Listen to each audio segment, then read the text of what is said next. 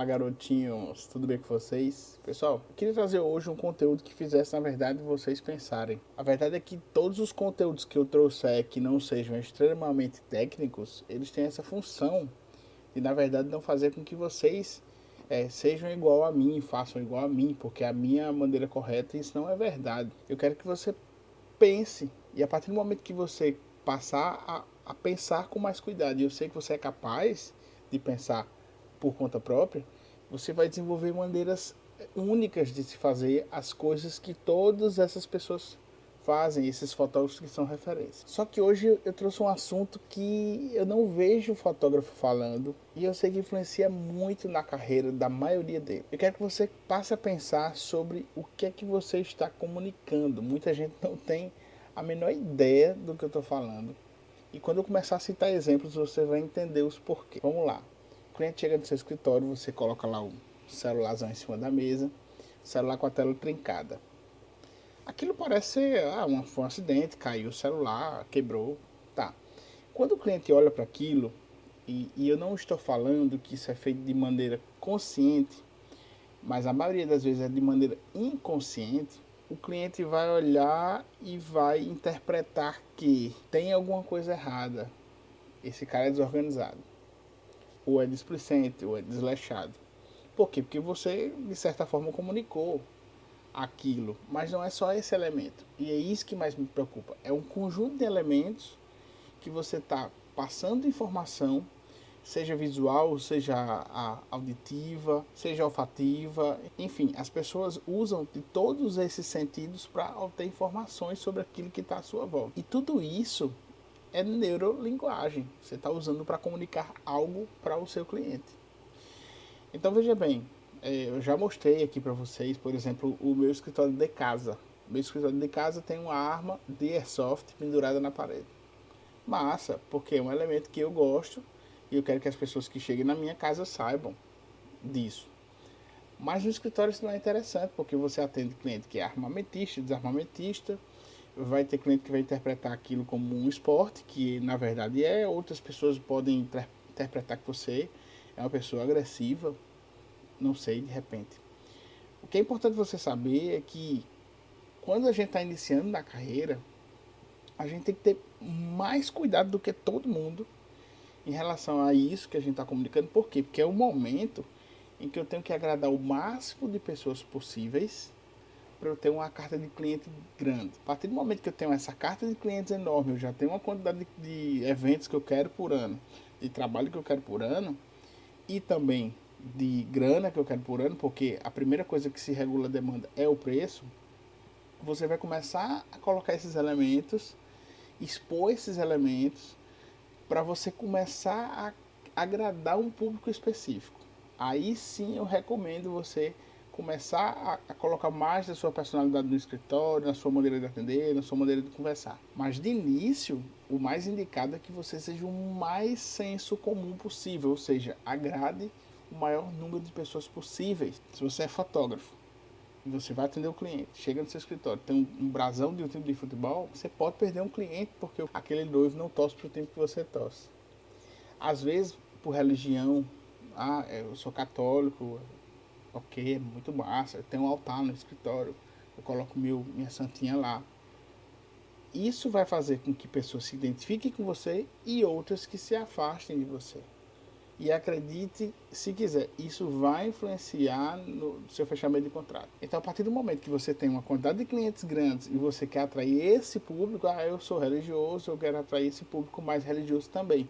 Massa. Aí sim, eu aconselho você colocar esse tipo de elemento. Poxa, Júnior, mas aconteceu realmente um acidente, eu não sou desleixado, mas aconteceu um acidente, meu celular quebrou. Ok, cara, bota no bolso. O cliente não precisa ver. A mesma coisa acontece, e é muito comum isso, o fotógrafo vai atender o cliente e está lá na área de trabalho. Uma área de trabalho lotada, lotada, tudo desorganizado, um monte de pasta, foto, arquivo. Aquilo, quando o cliente olha, parece que isso é uma besteira. Isso aqui é coisa do meu trabalho, o cliente nem presta atenção nisso. Então, talvez de forma consciente não, mas o cliente já viu ali, por exemplo, seu celular que está com a tela trincada. Ele viu também que a sua tela está toda desorganizada. sua área de trabalho está toda desorganizada. Ele viu que o seu escritório está sujo, tem uma barata morta lá no canto, tem uma parede que está chavocada lá, caiu um pedaço da tinta, ou está entrando umidade, ou o ar-condicionado está fazendo barulho. Eu não estou falando de coisas eventuais que podem acontecer naquele dia. Poxa, o ar-condicionado deu problema naquele dia, eu tive que atender o cliente assim. Não estou falando disso, tá? E vocês sabem disso. Outra coisa que as pessoas não param para pensar é como é que eu estou comunicando com quem eu sou e como eu estou. Então você está com a barba toda mal feita. Uma coisa que foi engraçado, agora nessa quarentena eu inventei de, né, tirar a barba e aconteceu essa desgraça aqui.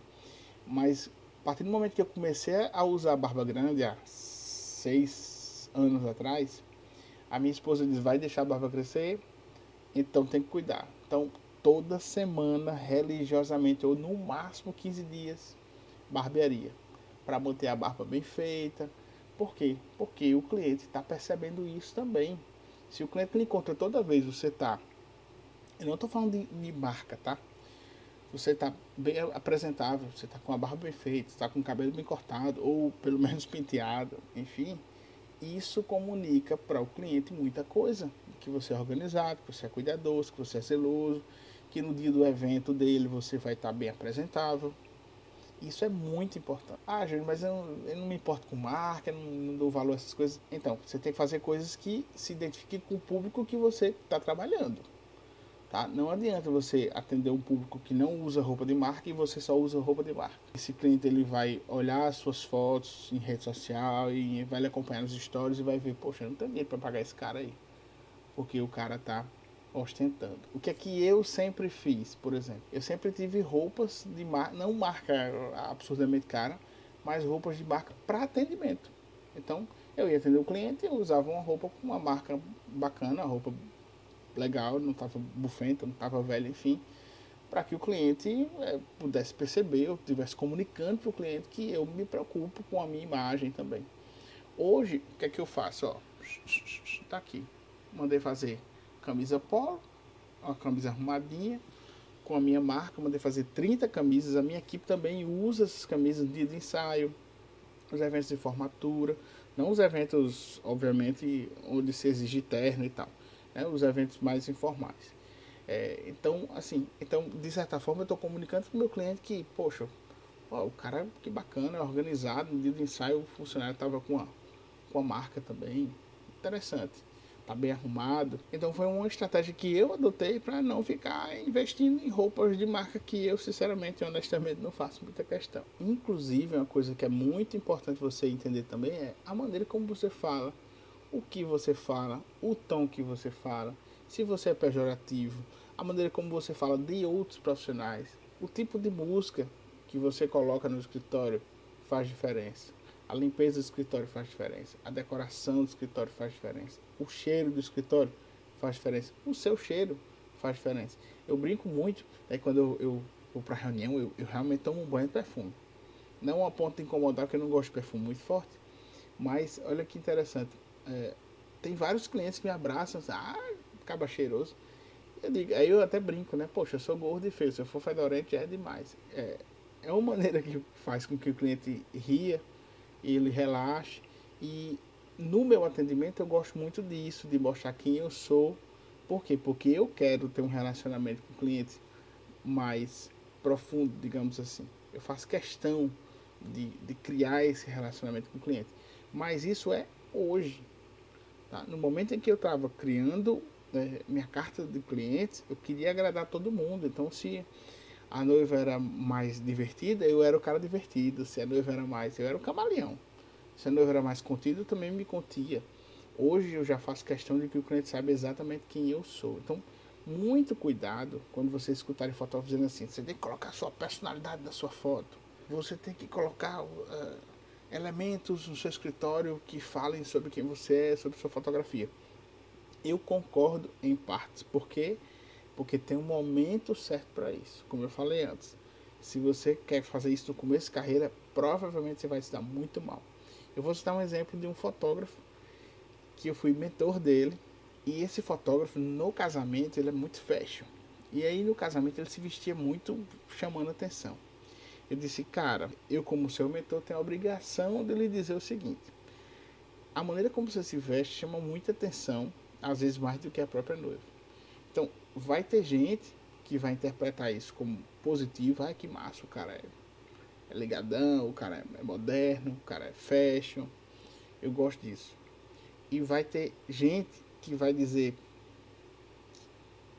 que é isso, quer aparecer mais que a noiva. E eu disse, cuidado, porque quando você trabalha dessa forma, você está comunicando para um nicho de mercado. E pode ser, como você está no início de carreira, que esse nicho não lhe sustente. E ele disse, não, Júnior, eu entendo, você está certo de ter me falado, eu entendo tudo isso, mas é meu estilo, eu vou manter, eu quero realmente atrair essas pessoas que gostam desse estilo. Perfeito. 1 ano e meio, 2 anos depois, o cara estava desesperado porque não tinha cliente. Ele acabou vendendo, direcionando a comunicação dele, do que ele fazia, das fotos dele, para um nicho de mercado que não conseguia fazer com que as contas dele fossem pagas. Antes de direcionar sua comunicação para... Eu não estou falando comunicação de post patrocinado no Instagram não, gente. É tudo que a gente falou agora atrás. Antes de direcionar para esse nicho de mercado, para esse público mais restrito, primeiro mostre para o público em geral que você é bom e que essas pessoas precisam de você. Depois que você tiver uma carta de clientes enorme, grande, eu estou com a quantidade de trabalhos que eu quero, na verdade está passando do que eu quero, pronto, agora eu vou começar a direcionar, já aumentei o preço, estou cobrando um preço justo para o que eu acho que vale o meu trabalho.